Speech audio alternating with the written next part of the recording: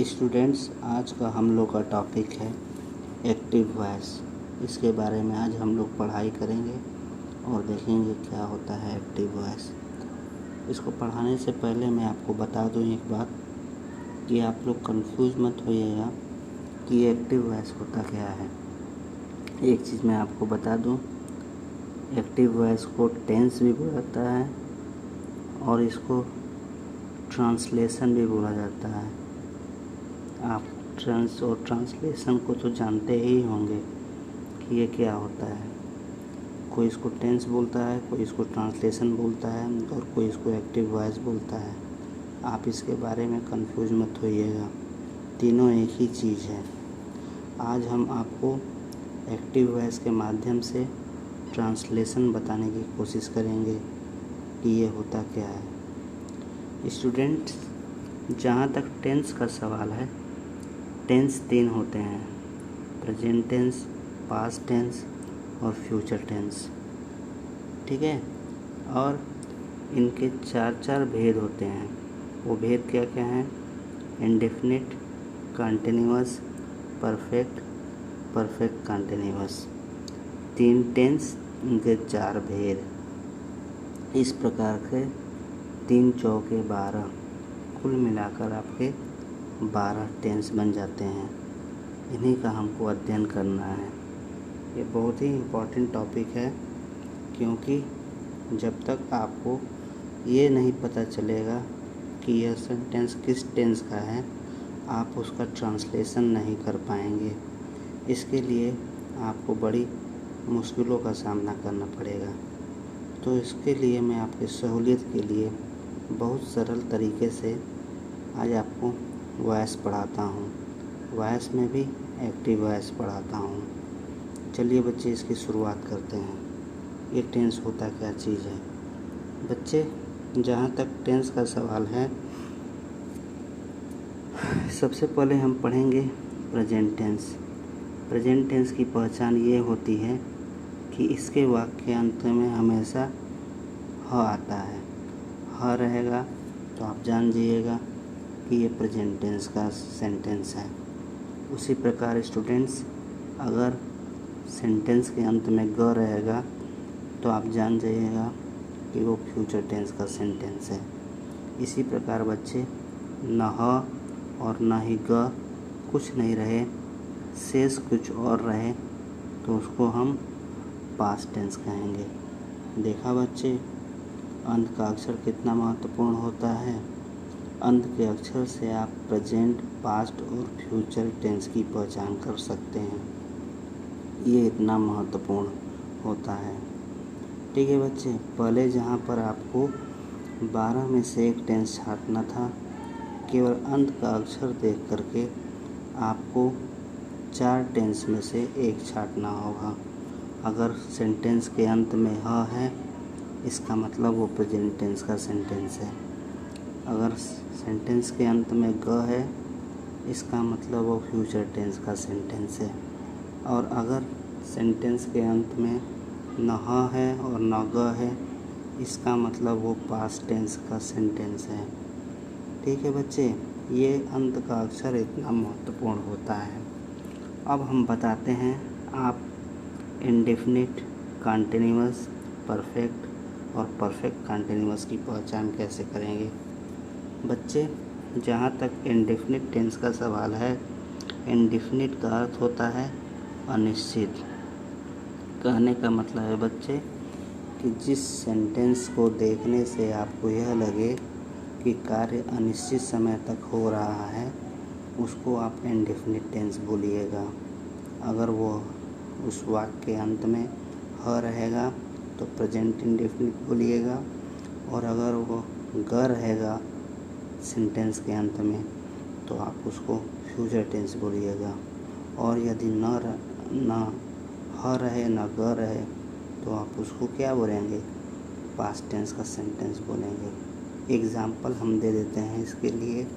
अगर हम बोलें राहुल फुटबॉल खेलता है, तो इसका मतलब है कि वो प्रेजेंट इंडेफिनिट टेंस का सेंटेंस है, क्योंकि इसका ये दर्शा रहा है कि राहुल के फुटबॉल खेलने का काम अनिश्चित समय तक हो रहा है।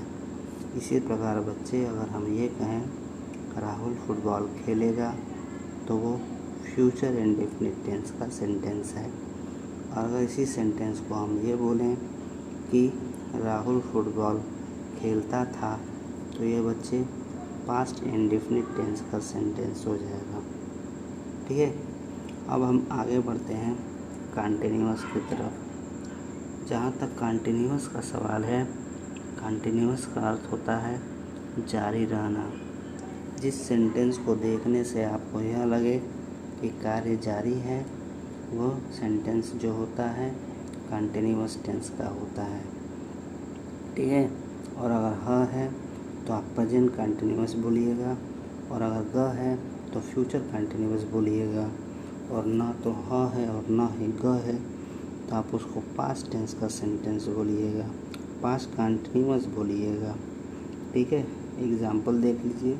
अगर हम बोलें राहुल फुटबॉल खेल रहा है तो इसका मतलब है कि कार्य जारी है, खेलने का काम क्या है, जारी है, और अंत में ह आया है तो वो प्रेजेंट कंटिन्यूअस टेंस का सेंटेंस हो जाएगा।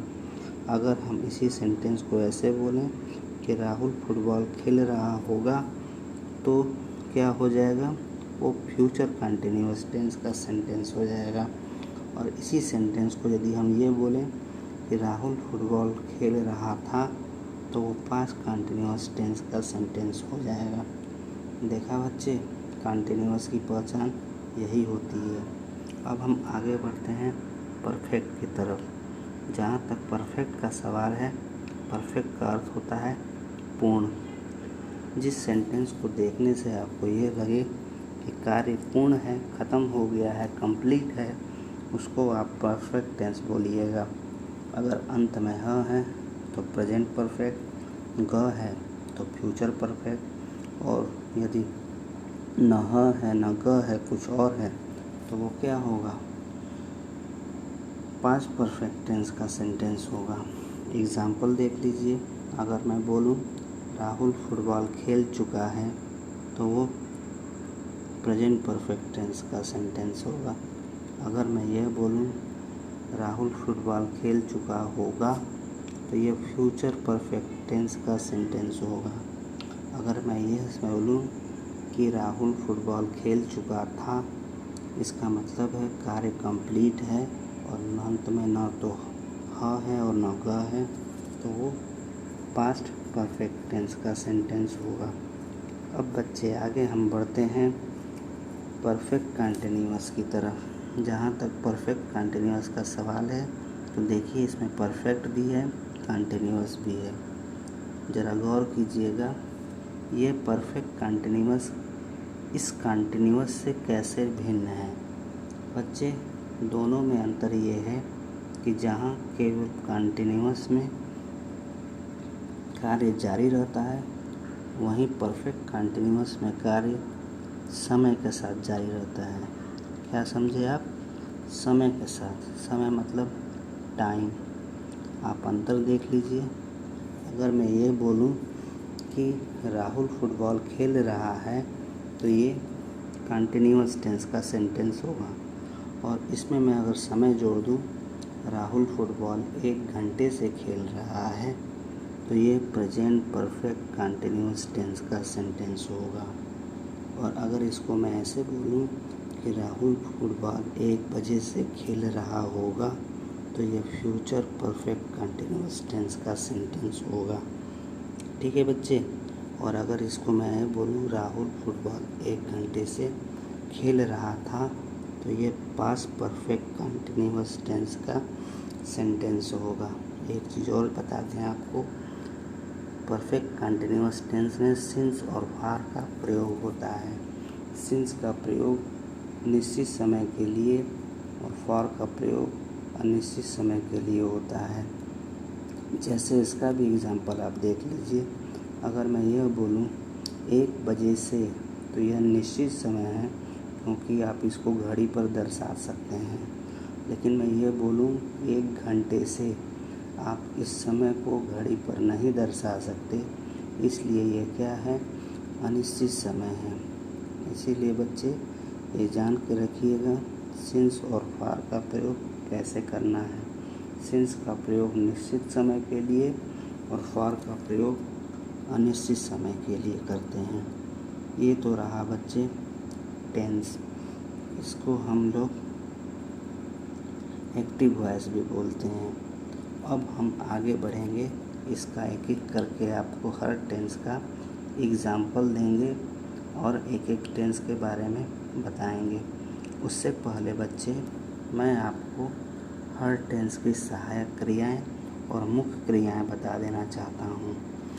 ठीक है, देखिए प्रेजेंट इंडेफिनिट टेंस की सहायक क्रिया डू और डज होती है और इसमें क्रिया का पहला रूप लगता है। प्रेजेंट कंटिन्यूअस में इज एम आर लगता है और क्रिया में आईएनजी रूप लगता है। प्रेजेंट परफेक्ट टेंस में हैज और हैव लगता है और इसमें मुख्य क्रिया का तीसरा रूप लगता है।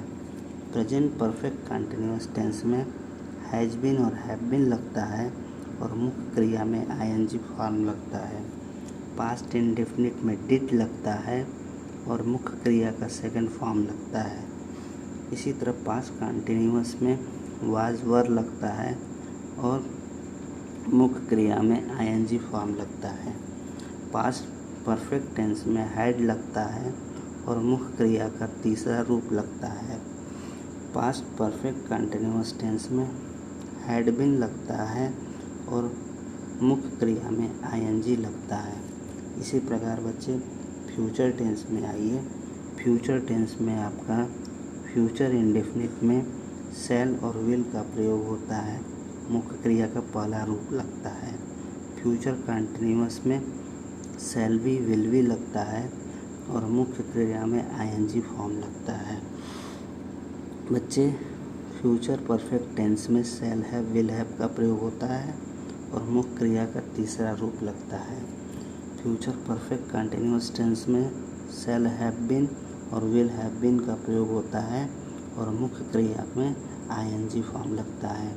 एक चीज़ गौर कीजिएगा, चाहे कंटिन्यूअस हो और चाहे परफेक्ट कंटिन्यूअस हो, अगर कंटिन्यूअस का नाम जुड़ गया तो उसमें आप हमेशा जो है आईएनजी फॉर्म ही लगाएंगे। आईएनजी फॉर्म ही लगाएंगे। आईएनजी फॉर्म ही लगाएंगे। कंटिन्यूअस का जो नाम आया आपके सामने आईएनजी फॉर्म आ जाना चाहिए। ठीक है बच्चे, अब मैं आगे बढ़ता हूँ।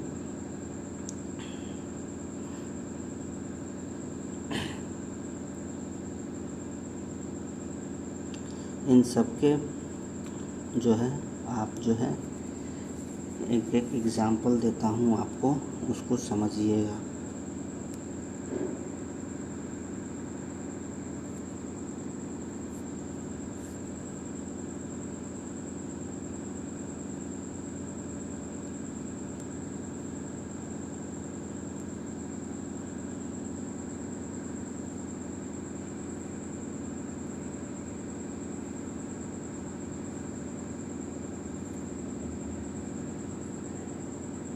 देखिए बच्चे, जहाँ तक प्रेजेंट इंडेफिनिट का सवाल है, अगर मैं उसको ये बोलूँ कि प्रेजेंट इंडेफिनिट, देखिए प्रेजेंट इंडेफिनिट क्या होता है। प्रेजेंट इंडेफिनिट का अगर आप एग्जांपल देखेंगे तो वो है राहुल फुटबॉल खेलता है। ये प्रेजेंट इंडेफिनिट का एग्जांपल है। इसका आप बनेगा आपका translation Rahul plays football. Present continuous में आइए, राहुल फुटबॉल खेल रहा है, इसका बनेगा आपका translation Rahul is playing football. आप इज लगाएंगे और मुख्य क्रिया में आईएनजी लगा दिए। इसी प्रकार बच्चे प्रेजेंट परफेक्ट में यदि आप आएंगे, उसका एग्जाम्पल देख लीजिए, राहुल फुटबॉल खेल चुका है और उसका ट्रांसलेशन होगा Rahul has played football. Has लगा है और मुख्य क्रिया का तीसरा रूप लगा है। प्रेजेंट परफेक्ट कंटिन्यूअस टेंस में आइए बच्चे, उसका सेंटेंस है राहुल 1 घंटे से फुटबॉल खेल रहा है, तो उसका अंग्रेजी होगा Rahul has been playing football for 1 hour. देखिए इसमें हैज़ बीन लगा है और आईएनजी रूप लगा है। और यहाँ पर देखिए फॉर का प्रयोग हुआ है। ठीक है बच्चे, अब मैं आगे बढ़ता हूँ, पास्ट इंडेफिनिट में आता हूँ। पास्ट इंडेफिनिट का जहाँ तक सवाल है, पास्ट इंडेफिनिट का देखिए एग्जाम्पल, राहुल फुटबॉल खेलता था, ये आपका पास्ट इंडेफिनिट है और इसका ट्रांसलेशन होगा राहुल प्लेड फुटबॉल। मैंने राहुल के साथ सेकंड फॉर्म का प्रयोग किया। पास्ट कंटिन्यूअस में आप आएंगे तो राहुल फुटबॉल खेल रहा था, ये आपका पास्ट कंटिन्यूअस है। इसमें का अंग्रेजी होगा राहुल वाज प्लेइंग फुटबॉल, इसमें वाज के साथ आईएनजी फॉर्म लगा है। पास्ट परफेक्ट टेंस में आप आएंगे बच्चे, इसका एग्जाम्पल है राहुल फुटबॉल खेल चुका था, इसमें देखिए इसका ट्रांसलेशन बनेगा राहुल हैड प्लेड फुटबॉल, इसमें हैड लगेगा और प्लेड लगेगा। फिर बच्चे आप पास्ट परफेक्ट कंटिन्यूअस टेंस में यदि आएंगे तो उसका एग्जाम्पल है राहुल 1 घंटे से फुटबॉल खेल रहा था, तो उसका ट्रांसलेशन होगा Rahul had been playing football for 1 hour. इसमें हैड बिन का प्रयोग हुआ है और आईएनजी फॉर्म लगा है, गौर कीजिएगा फॉर का प्रयोग हुआ है। ठीक है, अब मैं आगे बढ़ता हूँ फ्यूचर इंडेफिनिट टेंस में। फ्यूचर इंडेफिनिट टेंस का एग्जाम्पल देखिए, फ्यूचर इंडेफिनिट टेंस का एग्जाम्पल है राहुल फुटबॉल खेलेगा, इसमें आप विल लगाएंगे और फर्स्ट फॉर्म लगाएंगे राहुल विल प्ले फुटबॉल हो जाएगा।